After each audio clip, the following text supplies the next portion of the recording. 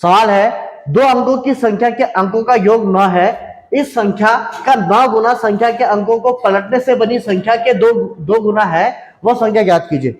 तो पहले बात सबको पहले मैं आपको ये बताऊं, अगर दो अंकों की संख्या को आप मानते कैसे, मैंने लिखा है यहाँ पे माना दो अंकों की संख्या आपने 10x प्लस y मानी है आपने। तो देखिए होता क्या एक्चुअली ऐसा लिखते क्यों है, क्योंकि कोई भी आप दो अंकों की संख्या लीजिए, मान आपने 43 लिया, 29 लिया, 97 लिया, 38 लिया, कोई से भी दो अंकों की संख्या लिखिए, उसको आप लिखने का तरीका, आप 43 को क्या लिख सकते हैं 4 मल्टीप्लाई 10 प्लस 3, 29 को क्या लिख सकते हैं 2 मल्टीप्लाई 10 प्लस 9, 97 को क्या लिख सकते हैं 9 मल्टीप्लाई 10 प्लस 7, 38 को क्या लिख सकते हैं 3 मल्टीप्लाई 10 प्लस 8।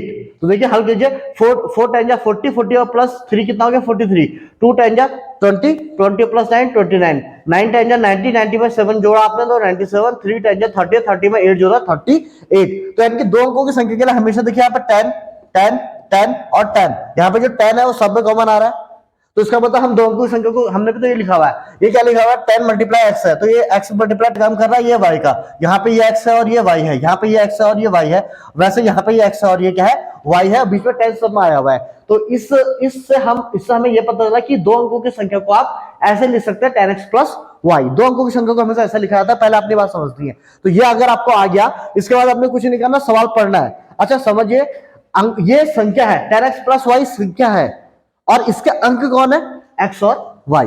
मैंने बोला 10x प्लस y ये पूरी एक संख्या है, आज संख्या के अंक कौन है, इकाई का अंक आपका y हो गया और दहाई का अंक आपका x हो गया, इसलिए मैंने इकाई को y लिखा, दहाई में हमने 10 की मल्टीप्लाई करी है क्योंकि होता है दहाई में 10 की मल्टीप्लाई, इसलिए दहाई का अंक कौन हो गया आपका x हो गया। तो अंक है x और y और संख्या है 10x प्लस y, ये समझना है।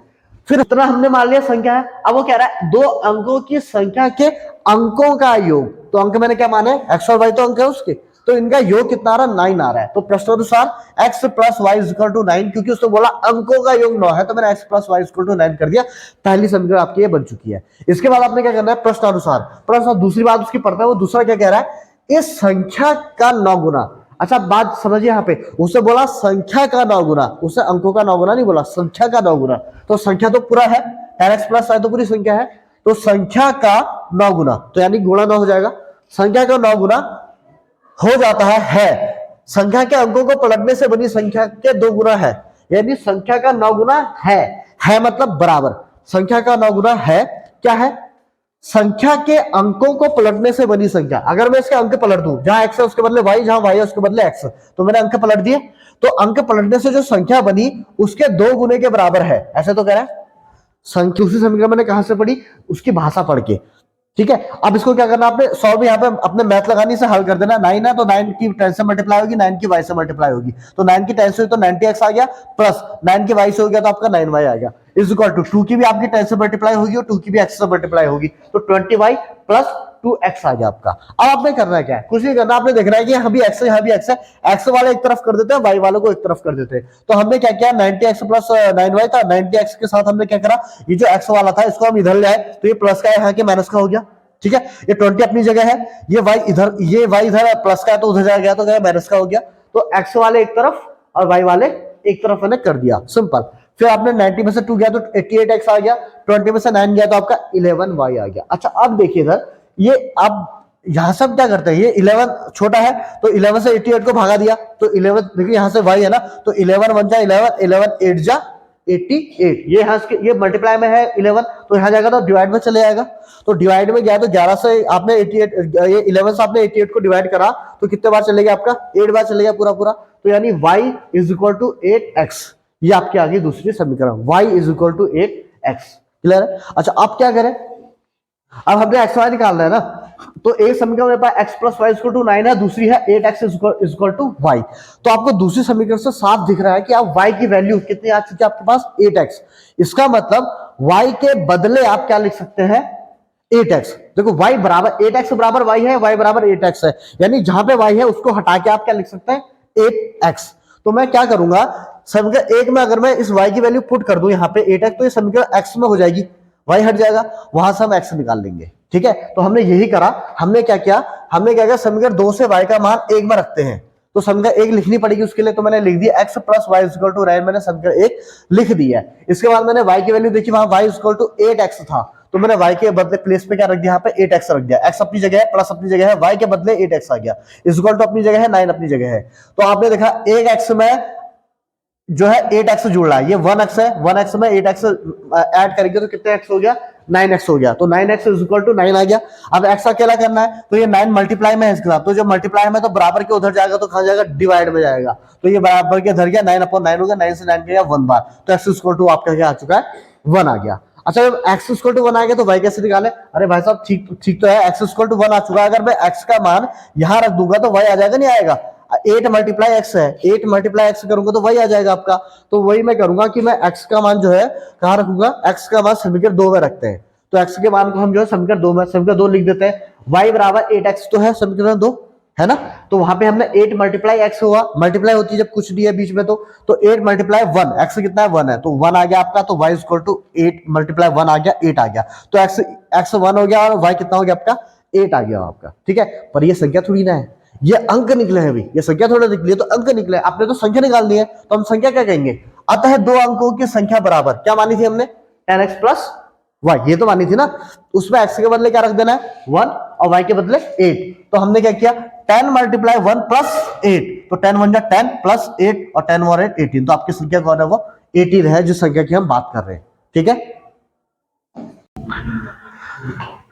क्वेश्चन है आपके पास, आपको 1/2x plus 1/3y is equal to 2, इसको मैं समीकरण 1 लिख देता हूं, इसी पर 1/3x plus 1/2y is equal to 13/6, इसको मैं समीकरण 2 लिख देता हूं, ठीक है। आपने करना है क्या, इन दोनों समीकरणों को हल करना है और x और y के मान निकालने हैं, क्लियर हो गया।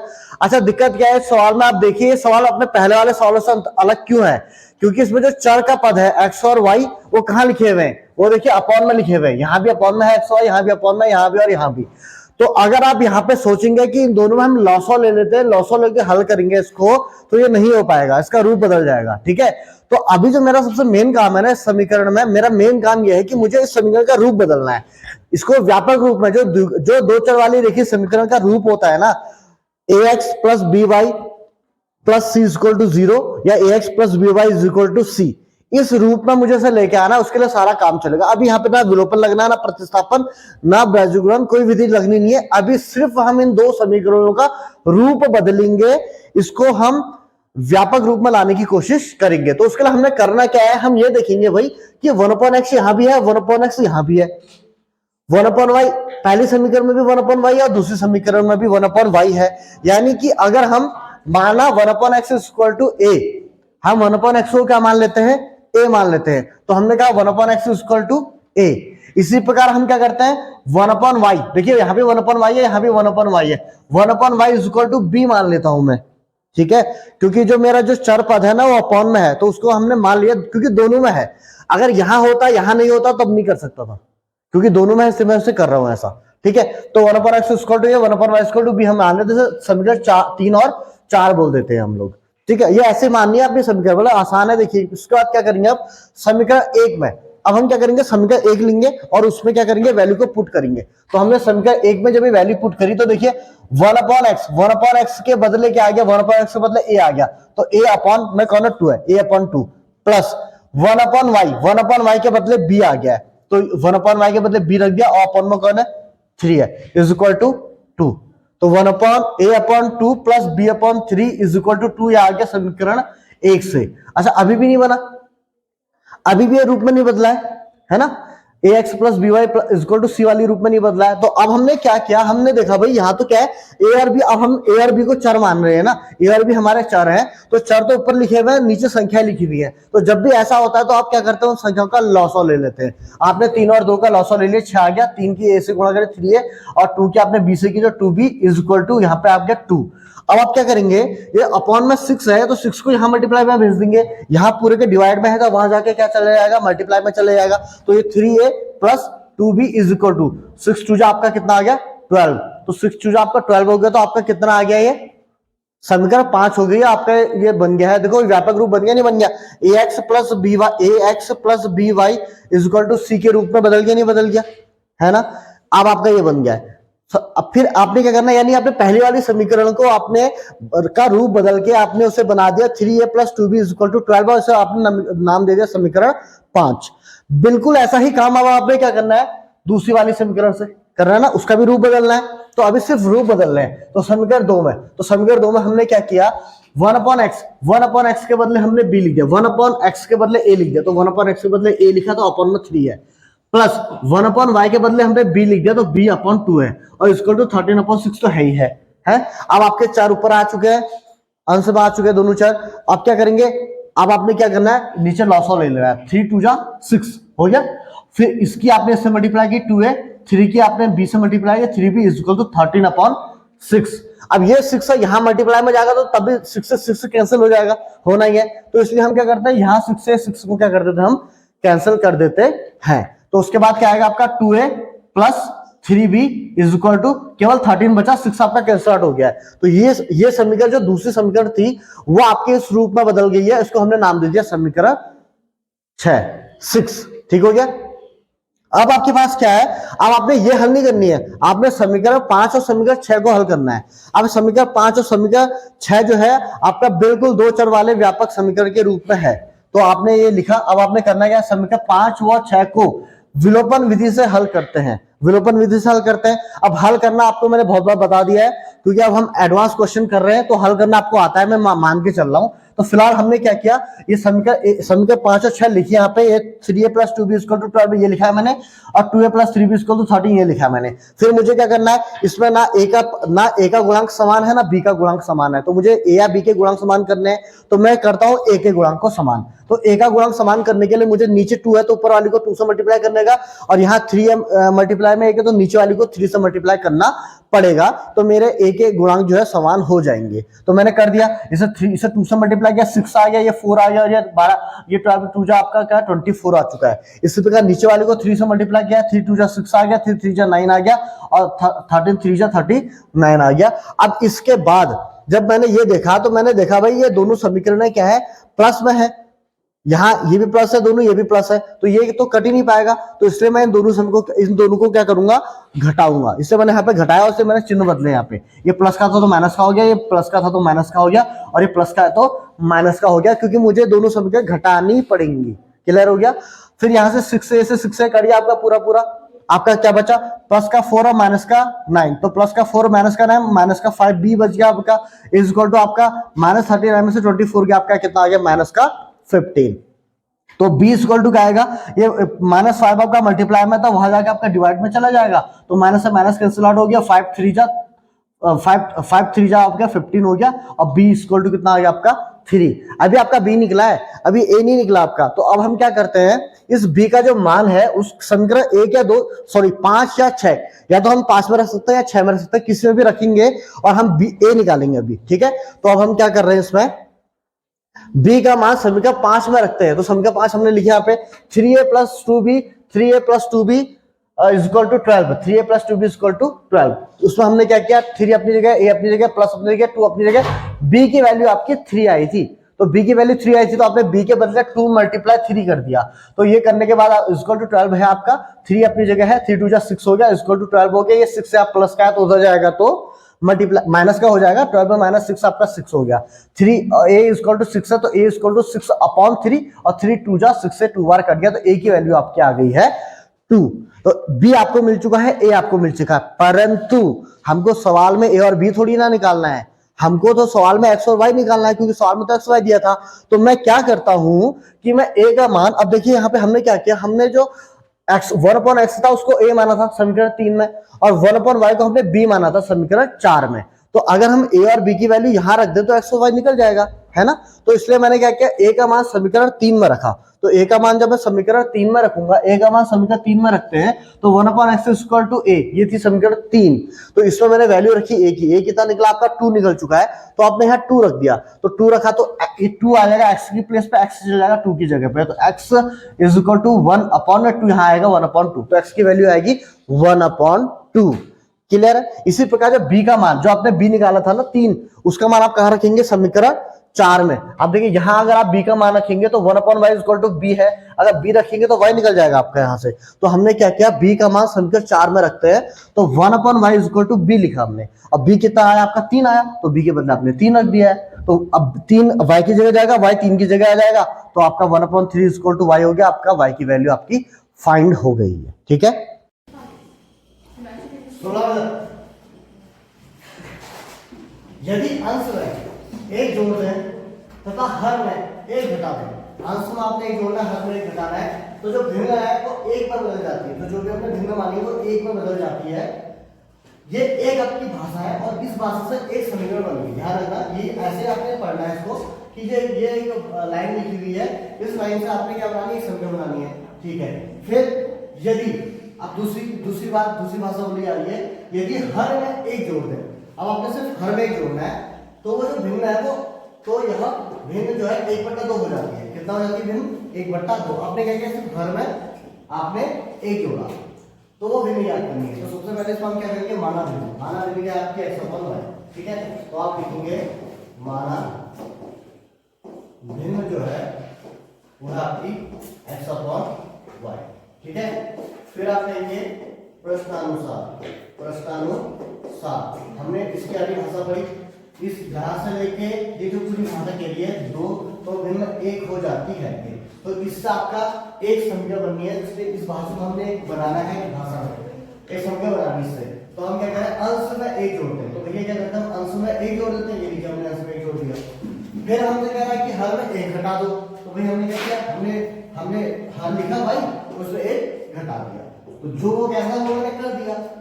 फिर क्या कह रहा है, तो यानी अगर आपने ऐसा कर दिया तो भिन्न एक में बदल जाती है, तो जो भिन्न है वो किसमें बदल जाती है, एक में। तो बस, तो इससे आपने बना लेनी है समीकरण पहले। ठीक है, तो हम इसको इसमें क्या कर सकते हैं, ये x+y अपनी जगह रहेगा, यहाँ पे इक्वल अपनी जगह रहेगा, y-1 की 1 से मल्टीप्लाई जाएगी, तो आपका y-1 मल्टीप्लाई 1 आपका y-1 ही आएगा। ठीक है, तो इसको आप सॉल्व करेंगे तो क्या आएगा, x और y को बदल देंगे, इक्वल टू -1 अपनी जगह है, इस +1 को वहां देंगे तो -1 होगा, तो -1 ये हो जाएगा। यानी आपका क्या आ चुका है, जो भिन्न आई है आपकी वो आगे आपकी पहली समीकरण बनी है x - y = -2, x - y = -2 और ये आपकी पहली समीकरण। ठीक है, तो ये तो हमारी वाली जो हमने पहली भाषा पढ़ी उस भाषा से हमने पहली समीकरण बना ली। ऐसा ही करता है हमारे विचार। अब हम उसकी दूसरी भाषा पढ़ेंगे, उससे फिर दूसरी क्या बनाएंगे, समीकरण बनाएंगे। तो फिर हम क्या करेंगे, फिर प्रश्नानुसार है, यदि हर में एक जोड़ दें। अब आपने जो भिन्न है ना, उस भिन्न के केवल हर में एक जोड़ना है, अंश में कुछ नहीं करना। तो अंश में कुछ नहीं करना तो अंश वैसे रहेगा, हर में एक जोड़ दे तो वो भिन्न क्या हो जाती है, 1/2 हो जाती है। तो आप हर में एक जोड़ दे, तो हर में हमने क्या करा, एक जोड़ दिया, तो हमने x/y हर में एक जोड़ दिया, तो भिन्न हमारी क्या हो जाती है, 1/2 हो जाती है। कितना हो गया, इसके बाद हमें क्या करना है, इसको समीकरण बनानी है, तो यहाँ मल्टीप्लाई करेंगे, y+1 को यहाँ मल्टीप्लाई करेंगे, तो 2 क्या था आपका हो गया, x = 1 मल्टीप्लाई y+1, तो 1 के मल्टीप्लाई करेंगे तो वही आएगा, तो ये आपका क्या, y+1। फिर हमने क्या किया, y को हम y तरफ लाएंगे, तो ये बन गई आपकी दूसरी समीकरण।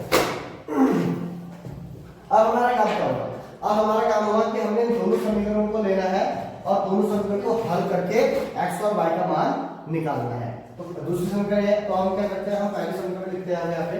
ठीक है, आपकी पहली समीकरण क्या थी, x - y = -2। ठीक है, तो आपने क्या लिखा, x - y = -2, आपकी पहली समीकरण है।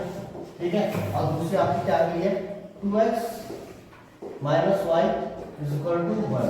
दूसरी समीकरण।